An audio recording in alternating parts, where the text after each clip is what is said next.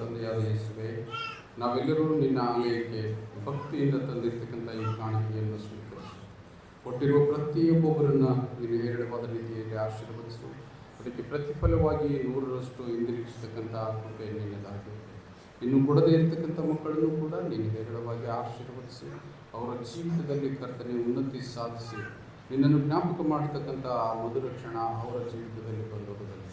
ತಂದೆಯಾಗಿರ್ತಕ್ಕಂಥ ಯೇಸುವೆ, ನಮ್ಮ ಕಾಣಿಕೆಯನ್ನು ಸ್ವೀಕರಿಸಿದ್ದಲ್ಲದೆ ಇದನ್ನು ನಿನ್ನ ಸೇವೆಯಲ್ಲಿ ಅಭಿವೃದ್ಧಿಪಡಿಸಬೇಕು. ನಮ್ಮ ಕರ್ತನಾದ ಯೇಸುವಿನ ಹೆಸರಿನಲ್ಲಿ ಹೇಳಿಕೊಂಡಿದ್ದೇವೆ ನಮ್ಮ ತಂದೆ.